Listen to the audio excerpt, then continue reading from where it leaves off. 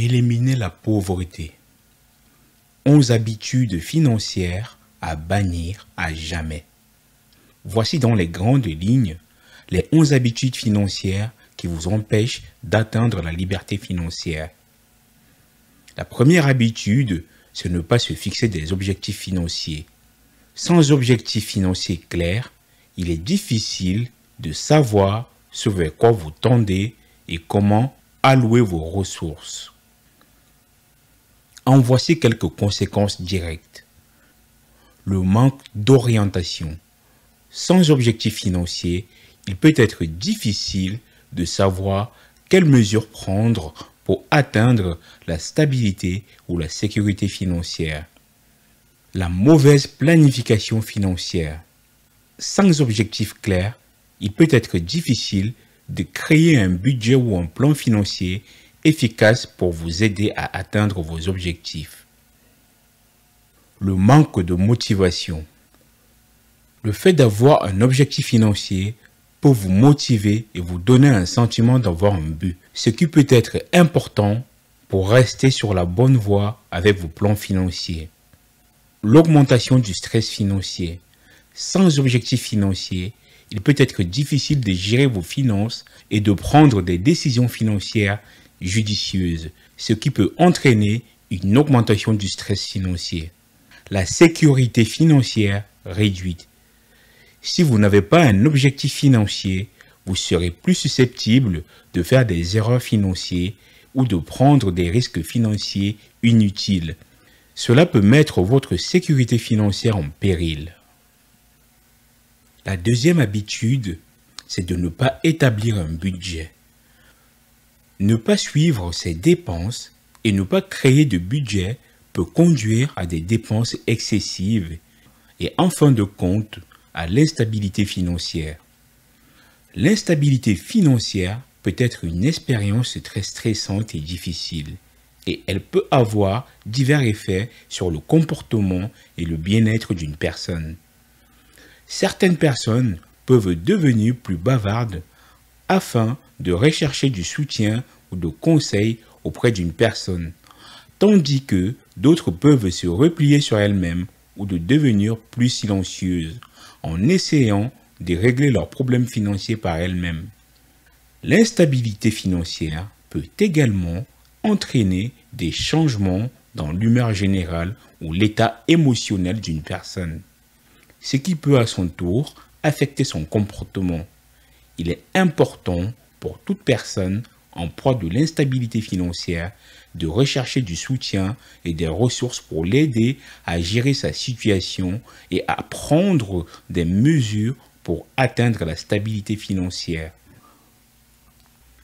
La troisième habitude, c'est d'avoir des achats impulsifs. Céder à tous les désirs ou toutes les impulsions peut s'accumuler rapidement et percer vos finances.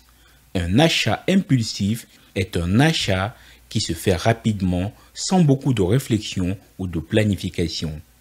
Il peut être déclenché par divers facteurs, comme un sentiment d'urgence ou le désir d'obtenir quelque chose immédiatement. Les achats impulsifs peuvent être influencés par des facteurs émotionnels et psychologiques, comme un sentiment de stress et d'accablement, ou par des facteurs externes, comme une publicité persuasive ou la présence d'un produit attrayant. Les achats impulsifs peuvent avoir des conséquences négatives, comme des difficultés financières ou le remords de l'acheteur. Pour éviter les achats impulsifs, il peut être utile de prendre le temps de réfléchir à la décision, de fixer un budget et de le respecter, d'envisager les conséquences à long terme de l'achat. Il peut également être utile de trouver des moyens de gérer des émotions négatives ou les déclencheurs psychologiques qui peuvent conduire à des achats impulsifs. La quatrième habitude, c'est de ne pas épargner. Si vous ne mettez pas d'argent de côté pour les urgences ou les dépenses futures, vous risquez de ne pas être prêt à faire face à des événements inattendus ou de ne pas pouvoir vous permettre des achats plus important. Le manque d'épargne peut être un problème financier important, car il peut vous rendre vulnérable aux dépenses imprévues. Il peut également rendre plus difficile la réalisation des objectifs financiers comme l'épargne retraite ou l'achat d'une maison. Automatisez votre épargne. Envisagez de mettre en place des transferts automatiques de votre compte chèque vers votre compte épargne pour faciliter l'épargne régulière. Demandez un conseil à un professionnel. Si vous avez du mal à mettre votre épargne sur la bonne voie, envisagez de demander l'avis d'un planificateur ou d'un conseiller financier. Ils peuvent vous aider à élaborer un plan pour améliorer votre épargne et atteindre vos objectifs financiers. La cinquième habitude, c'est de dépenser trop pour des articles non essentiels. Donnez la priorité aux articles de luxe ou inutiles plutôt qu'aux nécessités peut épuiser vos ressources et vous empêcher de vous offrir les choses dont vous avez vraiment besoin. Il peut être facile de trop dépenser pour des articles non essentiels, surtout lorsque l'on se sent stressé ou dépassé. Cependant, il est important d'essayer de maintenir un budget et de dépenser judicieusement, car les dépenses excessives peuvent entraîner du stress et des difficultés financières. Il peut être tentant de faire des achats impulsifs lorsque nous voyons quelque chose que nous voulons. Mais ces achats peuvent s'additionner rapidement. Essayez de prendre le temps de vous demander si vous avez vraiment besoin d'un article avant de l'acheter. La sixième habitude, c'est de ne pas négocier. Ne pas négocier les salaires, les contrats ou les dépenses peut vous coûter beaucoup d'argent au fil du temps. Ce n'est généralement pas une bonne idée de refuser de négocier les salaires, car cela peut limiter votre potentiel de gain. Cependant, il est important d'aborder les négociations salariales en ayant une idée claire de votre valeur et de ce que vous êtes prêt à accepter. Il est également judicieux de faire quelques recherches pour déterminer le taux en vigueur pour votre emploi ou un poste similaire de votre région. Cela vous aidera à avoir une idée raisonnable de ce que vous pouvez espérer gagner et pouvoir négocier un salaire équitable. Si vous n'êtes pas à l'aise pour négocier les salaires, il peut être utile de demander l'aide d'un ami, d'un membre de la famille ou d'un professionnel en qui vous avez confiance. La septième habitude, c'est de ne pas investir.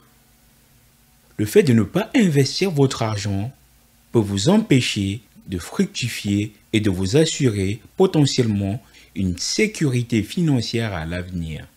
Le manque d'investissement est un bon moyen de ne pas accroître votre patrimoine au fil du temps, car cela vous empêche d'obtenir un rendement sur votre argent.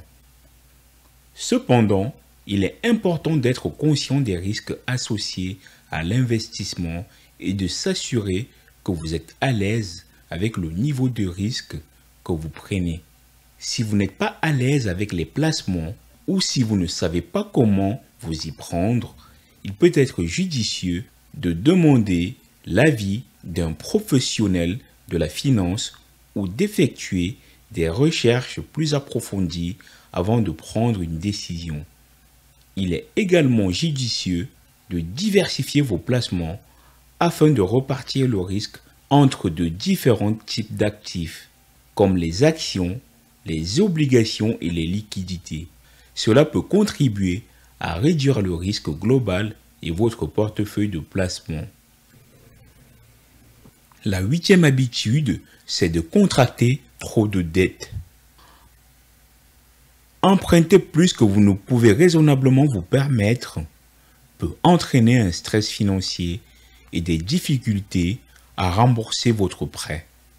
Un endettement trop important peut être risqué, car Il peut percer vos finances et rendre difficile le respect des obligations financières. Il est important de faire attention au montant de vos dettes et de vous assurer que vous êtes capable de les gérer de manière responsable. Voici quelques moyens de gérer les risques d'endettement. Maintenez votre ratio dette-revenu à un niveau bas. Ce ratio compare le montant de votre dette au montant d'argent que vous gagnez. Il est généralement conseillé de maintenir ce ratio en dessous de 36%, bien que certains prêteurs puissent avoir des exigences différentes. Diversifiez vos dettes. Au lieu d'emprunter un montant important à un seul prêteur, il est plus judicieux de répartir votre dette en plusieurs prêteurs. Cela peut contribuer à réduire le risque de défaut de paiement si vous n'êtes pas en mesure d'effectuer vos versements. Donnez la priorité aux dettes et aux taux d'intérêt élevés. Il est généralement judicieux de rembourser en premier lieu les dettes dont le taux d'intérêt est le plus élevé, car cela permet de minimiser le montant des intérêts que vous avez à payer au fil du temps. Restez en tête de vos paiements. Il est important d'effectuer vos paiements à temps. Les paiements en retard ou manqués peuvent avoir des conséquences négatives, comme les frais de retard ou une détérioration de votre code de crédit. La 9e habitude, c'est de ne pas gérer son crédit. Ne pas payer ses factures à temps ou utiliser au maximum ses cartes de crédit peut nuire à votre code de crédit et rendre plus difficile l'obtention d'un prêt de crédit à l'avenir. Voici quelques moyens de gérer votre crédit. Vérifiez régulièrement votre dossier de crédit. Il est bon de vérifier votre dossier de crédit au moins une fois par an pour s'assurer que les informations qu'il contient sont exactes et à jour. Vous pouvez obtenir une copie gratuite de votre dossier de crédit auprès de chacune des principales agences d'évaluation de crédit une fois par an. Payez vos factures à temps. L'historique de paiement est l'un des facteurs les plus importants que les prêteurs prennent en compte lorsqu'ils évaluent votre solvabilité. Le fait de payer vos factures à temps peut contribuer à améliorer votre pointage de crédit et vous permettre d'emprunter ou d'obtenir un crédit plus facilement à l'avenir. Maintenir une faible utilisation de votre crédit. L'utilisation du crédit est le pourcentage de votre crédit disponible que vous utilisez. Il est généralement conseillé de maintenir votre utilisation du crédit en dessous des 30%, car une utilisation plus élevée peut nuire à votre pointage de crédit. Diversifiez vos crédits. Avoir un mélange différent de types de crédit, par exemple, carte de crédit, prêt, etc. Cela peut contribuer à améliorer votre pointage de crédit. En gérant votre crédit de façon responsable, vous pouvez contribuer à établir un solide historique de crédit et à améliorer votre pointage de crédit, ce qui peut rendre plus facile et plus abordable l'emprunt d'argent ou l'obtention d'un crédit à l'avenir. La 10e habitude, c'est de ne pas s'informer sur les finances personnelles.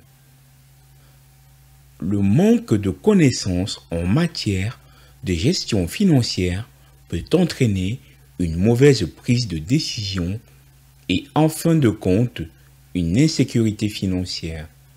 Ne pas s'informer sur les finances personnelles peut avoir des conséquences négatives, comme rendre plus difficile la gestion efficace de votre argent, l'épargne pour l'avenir ou la réalisation de vos objectifs financiers. Voici quelques façons de se renseigner sur les finances personnelles. Lire des livres ou des articles sur les finances personnelles. Il existe de nombreux livres et articles qui peuvent vous aider à apprendre davantage sur la gestion efficace d'argent. Suivre un cours sur les finances personnelles. De nombreuses écoles centres communautaires et autres organisations offrent des cours de finances personnelles qui peuvent vous aider à apprendre davantage sur la gestion de votre argent. Demandez conseil à un professionnel de la finance.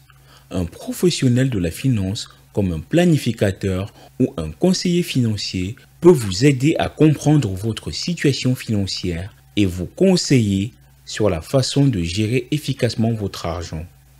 Demandez conseil à des amis ou à des membres de la famille. Les personnes qui ont de l'expérience dans la gestion de leurs finances peuvent être en mesure de fournir des idées et des conseils précieux. En vous renseignant sur les finances personnelles, vous pouvez acquérir les connaissances et les compétences dont vous avez besoin pour gérer efficacement votre argent et atteindre vos objectifs financiers. La 11e habitude, c'est de ne pas avoir un plan pour l'avenir. Si vous ne planifiez pas votre retraite ou d'autres objectifs à long terme, vous risquez d'avoir des difficultés financières à l'avenir. Si vous n'avez pas de plan pour l'avenir, il peut être difficile d'atteindre vos objectifs financiers et cela peut entraîner une insécurité financière. Voici quelques éléments à prendre en compte pour planifier l'avenir. Fixer des objectifs financiers. Il peut être utile d'identifier des objectifs financiers spécifiques que vous voulez atteindre, comme économiser pour un acompte sur une maison ou rembourser des dettes. Créer un budget.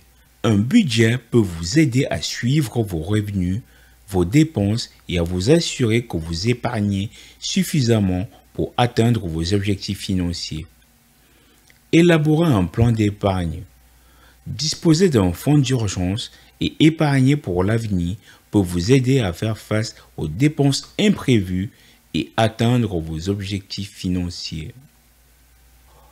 Protégez vos actifs.